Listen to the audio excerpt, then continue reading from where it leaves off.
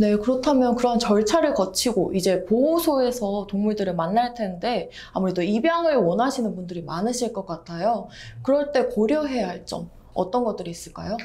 네. 우선 유기동물의 경우 일반 분양과 다른 점이 있다면 오랜 기간 동안 유기동물에게 관심을 가지고 케어를 해주셔야 하는 부분이 가장 큽니다. 유기동물의 경우는 트라우마가 있는 경우도 있기에 특정 행동을 무서워하는 경우도 있는데요. 이런 부분이 조금 적응하는 데 시간이 걸리니 조금 여유 있게 관심을 가지고 지켜봐 주시면 좋겠습니다. 유기동물 입양 시 절차를 간략히 소개해 드리면 좋을 것 같습니다. 유기동물의 경우 구조를 할 경우 동물보호관리 시스템이라는 사이트에 게시를 하게 됩니다. 구조를 하고 10일간 게시를 하게 되고 10일이 지났는데도 보호자분이 나타나지 않을 경우 일반인에게 분양이 가능하게 되는 시스템을 가지고 있습니다.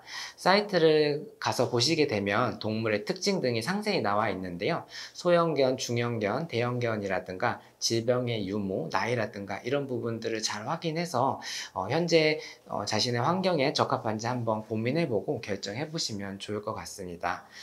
또한 동물보호센터에서 유기동물을 분양받게 되면 지자체별로 지원해주는 정책들도 있기에 관할 구청에 확인하셔서 지원 받으시면 좋겠습니다.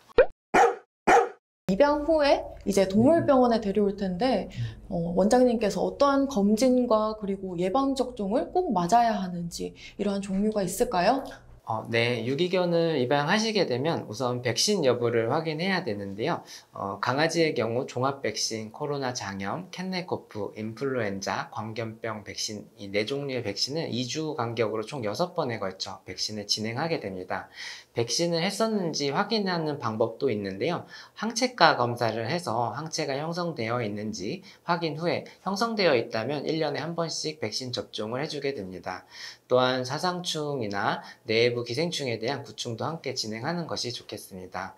처음 입양을 하였을 경우 건강 상태를 꼭 확인해야 되는데요. 전신 상태가 양호하다면 신체 검사 위주로 확인을 하게 되고 전신 상태가 조금 안 좋거나 기운이 없다면 엑스레이와 같은 영상 검사, 혈액 검사 등이 필요할 수도 있습니다. 특히 이런 검사를 통해서 선천적 질환이나 다친 여부들을 확인해서 미리 관리할 수 있어 입양 초기에 전체적인 건강 검진을 받는 것이 추천되겠습니다.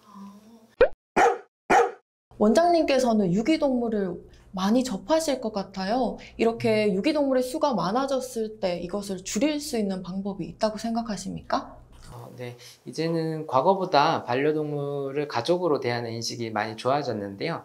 입양 시에 가족을 맞이한다는 느낌으로 경제적, 환경적 상황을 잘 고려하는 인식의 개선이 생긴다면 유기동물이 줄어들 것 같습니다.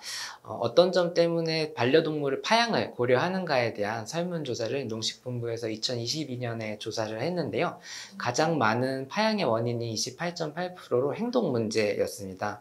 이러한 행동 문제로는 짖거나 물건을 훼손하는 등의 행동 문제들이었는데요. 이런 부분들이 어떻게 보면 강아지 자체의 문제도 있을 수 있지만 스트레스성 행동을 보이는 부분일 수도 있습니다. 그래서 잦은 산책들을 한다면 이러한 부분을 굉장히 많이 줄일 수 있는데요. 이런 환경적 요건을 잘 제공할 수 있는지 한 번 더 입양하기 전에 생각해 보면 좋을 것 같습니다.